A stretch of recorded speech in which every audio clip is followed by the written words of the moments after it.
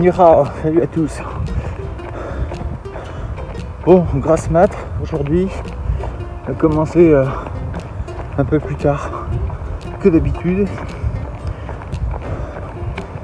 Bon, en attendant, toujours un peu de douleur. Mais bon, ça, c'est... Je pense qu'il va me falloir un petit peu de temps. Et puis, ça sert à rien de râler. Parce que de toute façon, on a dit qu'on le ferait, donc il faut le faire. La râlerie. Donc voilà un sujet sur lequel on va pouvoir dire des choses. Allez, à plus. Effectivement, s'il y a bien une chose sur laquelle les Français sont forts, c'est bien râler, savoir toujours être en contradiction avec ce qui arrive. On n'aime pas telle et telle chose, on est toujours mécontent de ce que l'on fait ou de ce qui se passe.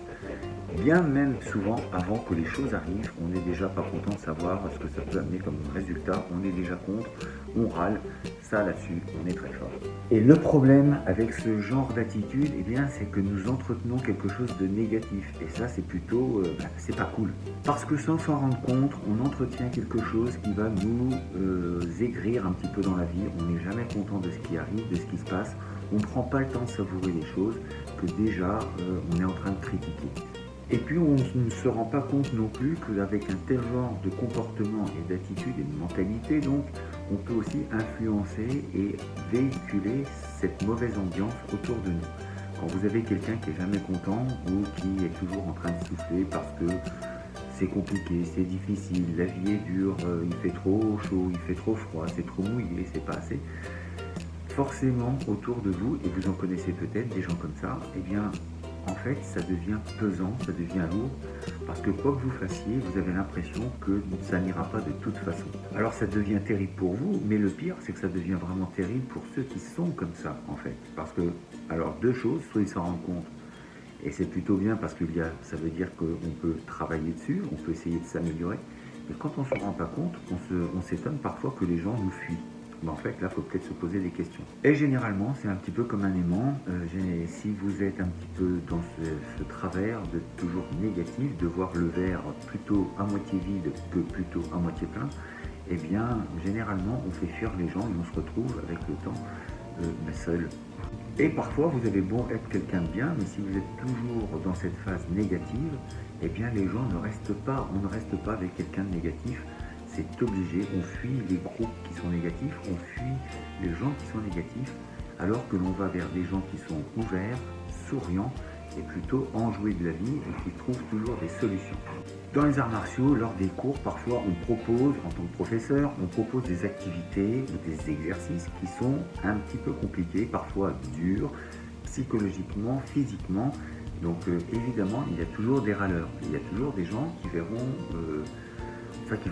qui vont se trouver des excuses pour dire que les exercices, c'est pas intéressant, ou c'est fatigant, c'est nul. Vous aurez toujours un petit peu ce genre d'observation. Pourquoi? Parce qu'on n'a pas envie de se retrouver non plus face à soi-même, face à nos propres difficultés. Je prends un exemple, il pleut, on va aller faire cours dehors. Beaucoup diront, j'ai pas envie. C'est vrai que sur le moment, on n'a pas envie d'aller se confronter à la pluie en t-shirt, en pantalon et de faire tout un cours sous la pluie. Pourquoi pas? Mais si on veut travailler son mental, il faut le faire. Il faut bien commencer à travailler dans des conditions qui ne sont pas forcément agréables. Et pour ça, eh bien, on va prendre donc des travaux, des exercices qui vont nous mettre un petit peu en difficulté. Eh bien, il y aura toujours des gens qui ne vont pas vous le dire ouvertement, mais vous voyez bien par rapport à leur... réaction que c'est pas trop leur truc et que ce jour-là ils auraient bien fait de rester devant leur écran ou d'avoir piscine, tant qu'à faire.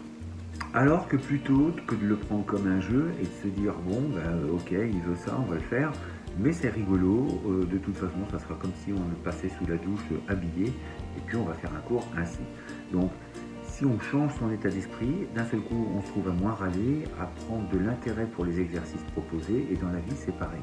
S'il y a des choses qui nous arrivent, directement ou indirectement, plutôt tourner de façon positive en disant qu'est-ce que ça peut m'amener, cette situation va m'amener à quoi, qu'est-ce qu'elle va m'apporter, est-ce qu'elle va me faire grandir, enfin plein de questions en tout cas qui sont tournées dans le bon sens, et pour en prendre le positif et non pas le négatif. Et en pensant de cette façon, eh bien, la vie peut vraiment changer. C'est-à-dire que quoi qu'il arrive, on tourne en positif, on trouve les raisons du pourquoi, et d'un seul coup, on va vraiment prendre plaisir à ce qui nous arrive.